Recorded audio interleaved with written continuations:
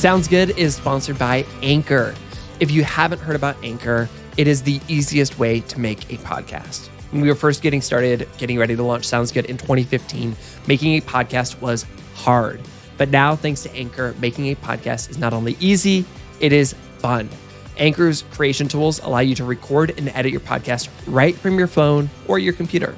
Anchor will distribute your podcast for you so it can be heard on Spotify, Apple Podcasts, and basically everywhere else.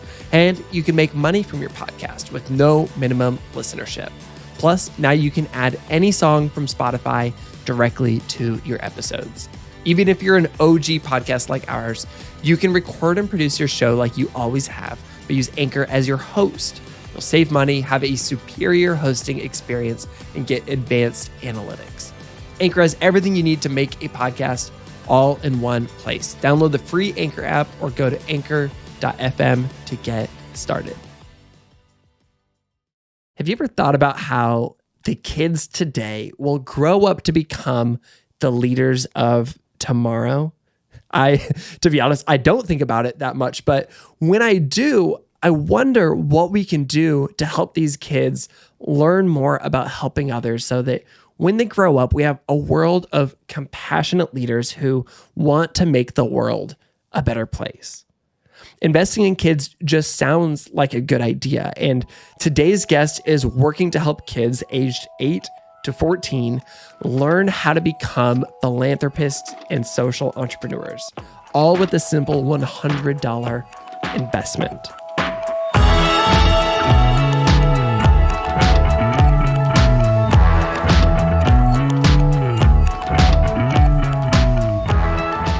This is Sounds Good. I'm Brandon Harvey. Today's guest is Kristen Williams, the founder and executive director of Kids Boost. The organization works by giving kids $100 in startup funding, a boost, to help build a fundraising campaign for a worthy charity. Each kid gets a coach that they get to work one-on-one with, and on average, kids turn that initial $100 into $1,850. And get this, it creates a cycle of giving because 20% of the funds that each kid raises goes right on to help the next kid get started. I am so excited for you to hear from Kristen about this story of how Kids Boost started, the incredible work they do, and what we can all learn from what these kids do to make a difference. Let's just dive straight in.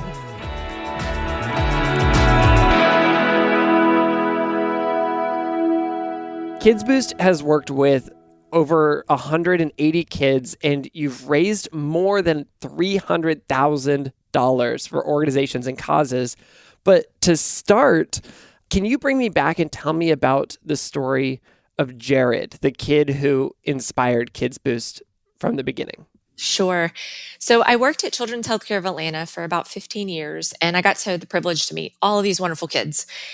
And I met Jared. He was about 12 at the time, but when he was 6, he had a broken arm. But it wasn't just any broken arm. When he broke his arm, he severed a main artery, and he had to have multiple, I'm talking 20 different surgeries on his arm. Wow. And at one point, the doctor said he'd never use it again, that he'd never have mobility.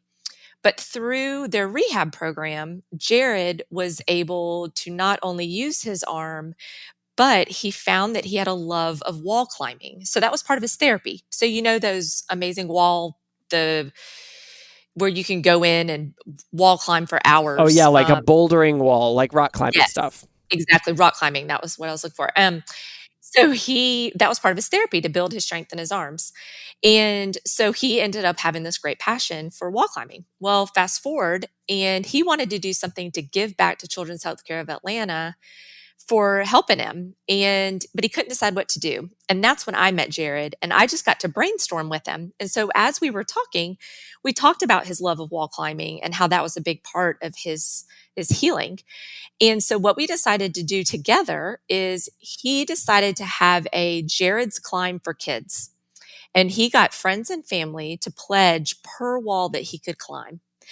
And then he went to one of those wall climbing places, and he climbed for hours.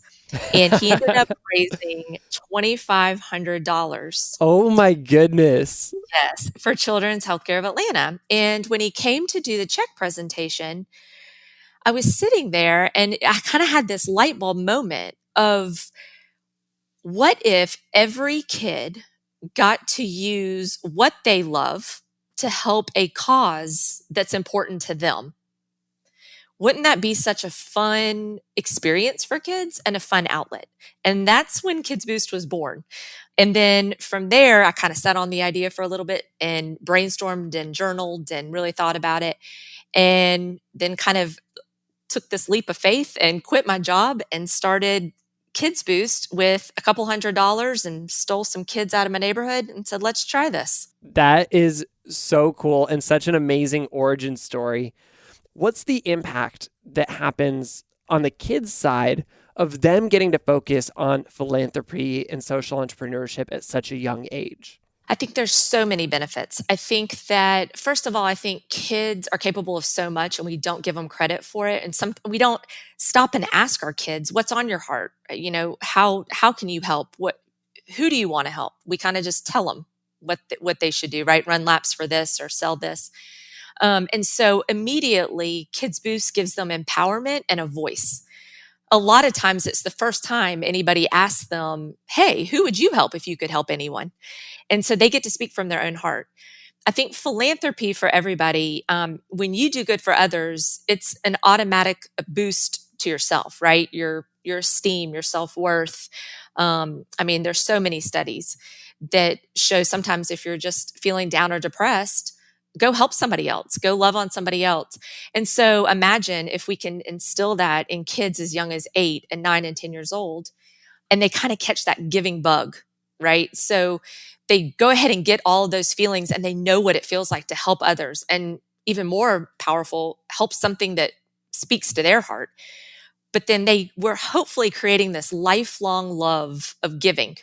Then it sets them up for life to realize that they're empowered. They can do this. They can make a difference. If they can make a difference at 10, then holy moly, they can make a difference at 12 and 15, all the way through adulthood.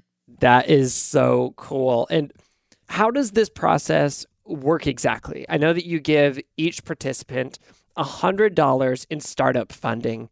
And then what happens next with that $100? Kids Boost gives each participant $100. Their job is to turn that $100 into more for a charity of their choice, but by doing something that they love. Kids Boost gives them the $100, the one-on-one coach, and we also give them their own website that they help us create. And then at the end of their project, they get to present a giant check to the organization they choose. And the best way sometimes for me to explain the process of Kids Boost is to kind of tell you about one of our Kids Boosters, if that's okay. Yes, I would love that. One good example is Sam. He came to us at 11 years old and he just knew he wanted to make a difference. He didn't really know who he wanted to help necessarily or how. And so he came to us just with a beautiful big heart. And so the first question that we ask all of our Kids Boosters is, what makes your heart happy? And that could include anything. It can include people, places, things, colors, foods, events, sports, anything. And so they come to us with those answers. And then we also ask the question, what breaks your heart? And those two questions help guide the whole project for the child. So Sam came to us, and on that list, he had all sorts of things, but kind of his favorite thing and his passion is comic books and Marvel superheroes, comic books and the movies and all of that. And after talking to him, we asked him, what breaks your heart? What, if you could help anyone, who would you help? And he ended up choosing Wounded Warrior Project. He wanted to help veterans and families of our heroes who have fought for us. And so that was the start of his project. We gave him $100. He had a one-on-one coach. That one-on-one coach is important because they're just a third-party adult. Because, most kids, they will listen to that third-party adult sometimes a little bit more than their parents, unfortunately. But that coach is just like you would have in any sport, or if you learn to play the piano or anything. That person is there to be a cheerleader, to help them make big decisions and to support them throughout the whole path. So Sam decided he was going to have a Marvel superhero night. He invited all of his friends and family and even marketed the event at local comic stores. And he had a big viewing of a Marvel movie. He did Marvel comic trivia, where all the kids could win prizes. But he needed to have the supplies to be able to have the event. So he knew that one of his favorite foods was popcorn. He also wanted to have candy at his event. So he had his $100 startup money that he could have just gone and bought the popcorn. He could have just gone and bought the candy and maybe the decorations for his event. But instead, he worked with his coach, and they did a lot of practicing, and he was very brave, and he went to local grocery stores and local stores and was asked to speak to the manager and explained, what he's doing and why. And so he explained how he wanted to help and who he wanted to help and how he's going to do it, and was brave enough to ask if they'd be willing to donate anything. That does take bravery. That's incredible. Yes, because even for an adult, that's a really hard thing to do. So you can imagine for an 11-year-old. And 9 out of 10 times, they get a yes. But at the chance that they get a no, we also celebrate the no's. So if that child gets a no from, let's say that they go into a grocery store and the manager says, you know what, we just can't help you. We talk about it like, Sam, does this mean that that manager doesn't like you? Or he doesn't care about Wounded Warrior Project? No, it's because he can't. So what we do is we celebrate with their favorite treat, or we go and do something fun with them. And then as long as they're willing to turn around and try again, because that's one of the life lessons that we want to give to these kids, that we're proud of them and it takes courage. And if they get a no, it's okay. Just let's keep going. And so Sam was able to get all of his supplies donated. Any money that he didn't spend just went into his what we call kind of like his big pot. He charged an admission for all the kids to come in.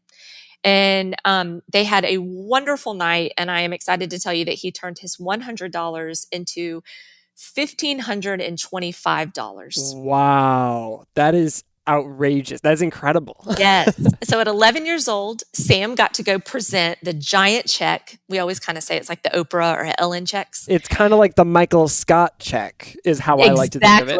That is exactly what it's like. So they get to go and they get to sign their first check. And I always say, how exciting is it that at 11 years old, you signed a check, first of all, but for $1,500 that you donated. That's a huge first check. Yes. I don't think my first check I signed was for anywhere close to that. And it didn't go to a charity. Yes. And we talk about where the money is going. So the other thing that we love to do is connect the dots between how much the child raised and where that money will go and how it will impact the community. Because what we feel like that does is it not only shows them, where their money is going, because we all love to see that, but it also really connects the dots and creates that passion so that even when they leave there, they can they know the needs of the organization and they can find other ways to continue to get involved. So it's not just a one and done opportunity for these kids. It can become this lifelong thing where I know Sam now will always have an invested interest in not only helping others, but with Wounded Warrior Project. We love that kind of celebration piece. But then along the way, Sam learned important life skills that I don't know if he was even aware of. We kind of like to keep it, when we tell kids like, oh, you're going to learn so much. It doesn't sound as fun, right? But what Sam learned and what his parents kind of came back and talked to us about is courage. So going in and having to talk to that manager built his courage when he got everything donated. And then to see him at the event, standing there so proud, running the whole show. I mean, he was in charge. He was the boss. It gave a whole sense of empowerment. It built his self-esteem. He also had money management lessons in there. He had the $100, and so he had to budget for things. He also learned about pivoting and what happens when something doesn't go the exact way you want to, and how to kind of walk through a process from start to finish. He also learned a lot about communication. These days, a lot of kids rely on texting, and well, adults do too, I guess, right? But some of these kids have never talked on the phone before, and they are responsible for calling their coach every week and doing a weekly check-in. And so it builds communication skills and just talking to adults and communicating their hopes and dreams and wishes. So Kids Boost is this amazing process of empowering kids to make a difference, but while they're having fun in an age-appropriate way, but while also learning, by teaching them very important life lessons. If I remember right, a portion of all of the funds that the kids raise go right back into the fund that helps other kids get their $100. And so it's essentially creating a cycle of giving. Exactly. So yes, we call it a cycle of giving. So 80% of whatever the child raises goes directly to the nonprofit that they choose. The other 20% comes back to Kids Boost to help get more kids started on their giving journey. And what we found is that these kids absolutely love that aspect, to know that they're helping another child get started.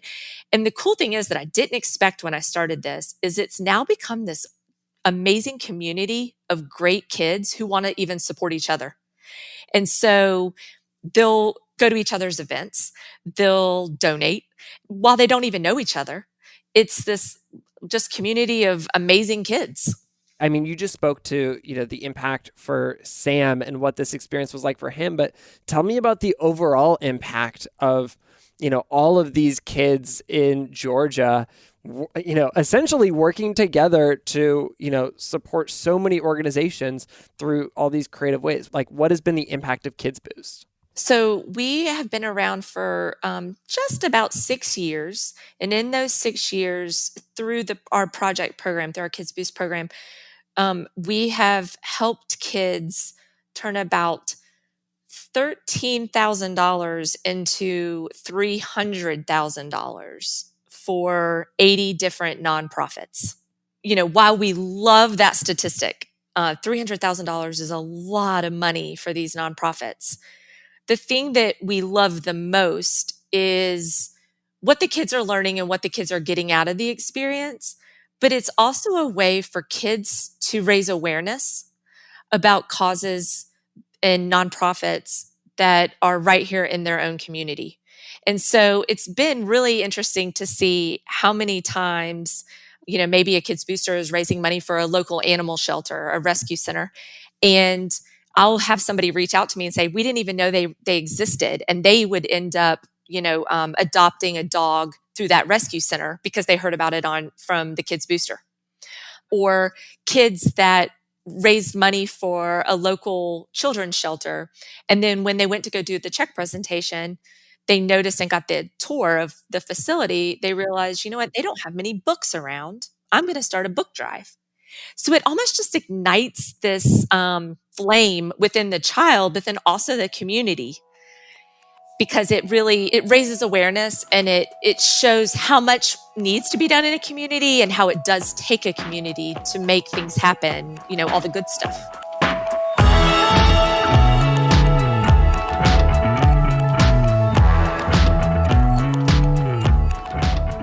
We all have something to learn from the way that these kids turn their passions into action that makes a difference. We're going to take a quick break, but when we come back, Kristen shares how everyone, kids and grown-ups alike, can make a difference by tapping into the causes we care about.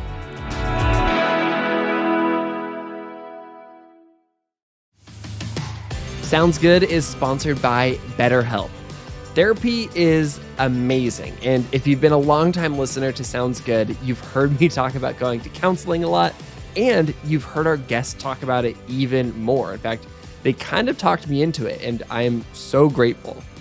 This last year has been really challenging, and more of us are struggling with our mental health, and it's more important than ever to be proactive about taking care of ourselves. BetterHelp makes it so easy to get matched with your own licensed professional therapist.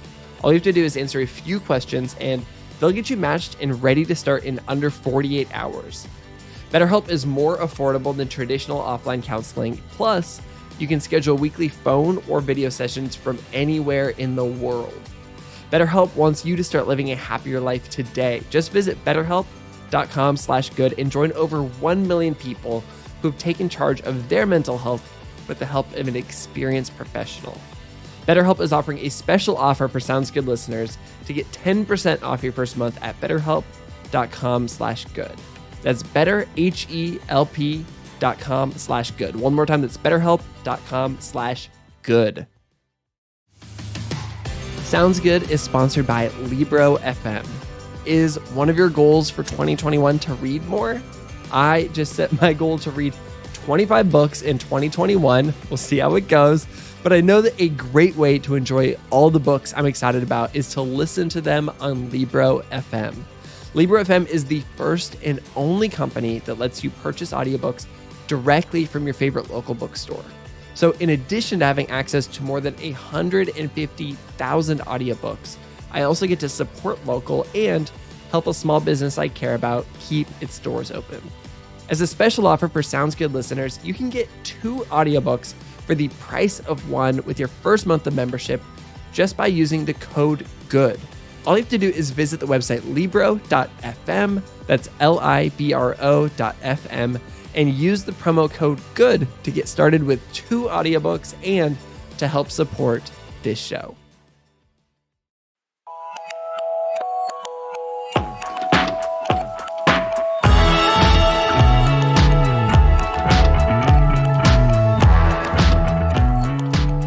Kristen, I know that for people who are listening to this right now and they love this idea of kids getting to have this experience and make a difference, they can go online, they can donate $100 to Kids Boost, and that $100 will go straight to a kid so that they can take this action, so that they can go out and raise, they can ultimately multiply this money by a whole lot. But for, kids who are listening to this who aren't in Georgia, where you're based, and they want to figure out how to make a difference. And also for all of us adults who want to make a difference, can you walk me through how we can kind of take action and make a difference ourselves?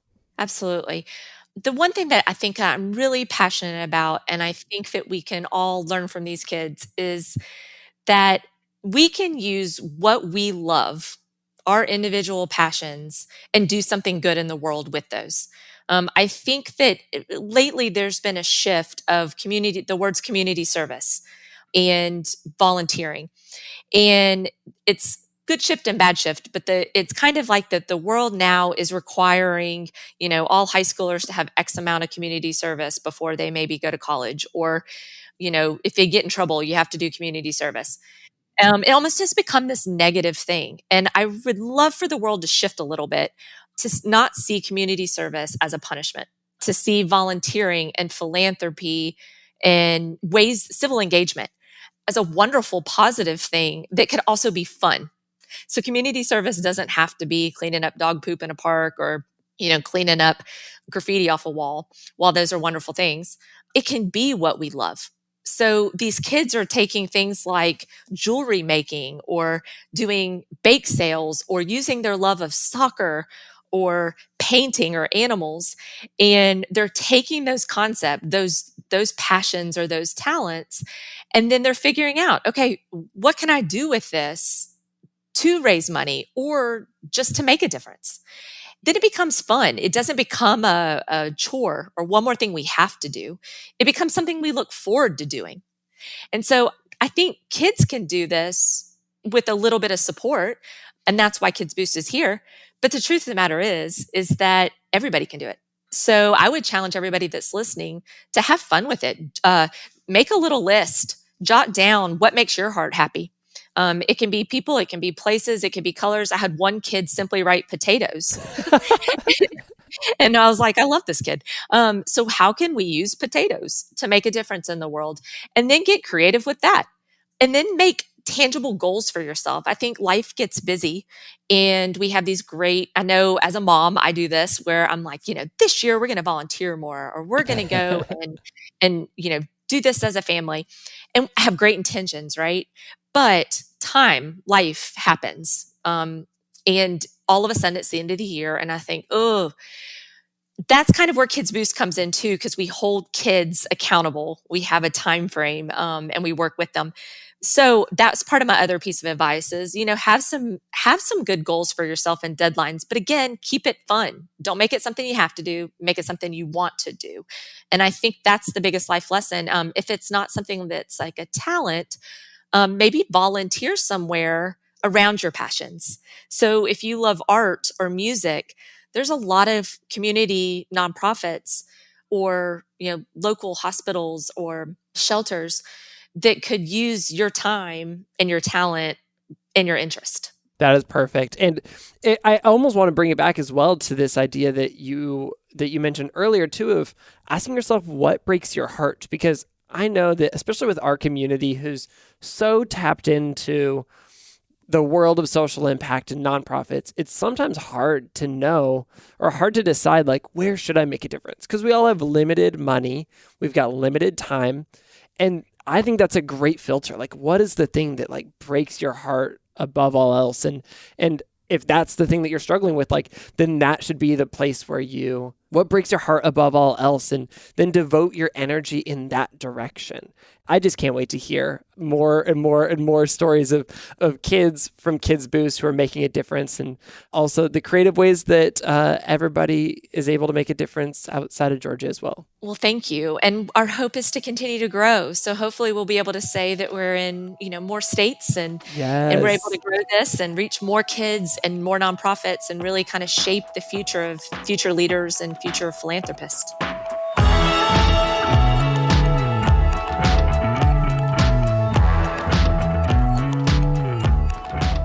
That's Kristen Williams, the founder and executive director of Kids Boost. You can learn more about Kids Boost and make an investment in kids becoming philanthropists and social entrepreneurs on their website, kidsboost.org. This podcast was created by Good. At Good, we help you feel more hopeful and do more good. You can find more good news and ways to make a difference in our weekly email newsletter, our beautiful print good newspaper, or online at goodgoodgood.co. This episode was created by Kaylee Thompson, Megan Burns, Chad Michael Snavely, and me, Brandon Harvey. Please do us a favor by leaving a review wherever you listen to podcasts. Hit the subscribe button so you don't miss a single episode. And when you find an episode you love, please share it on Instagram so that more people can find good news. That's a wrap for this week's episode. Go out and make a difference like a child, and we'll be back next week with more good news and good action. Sound good?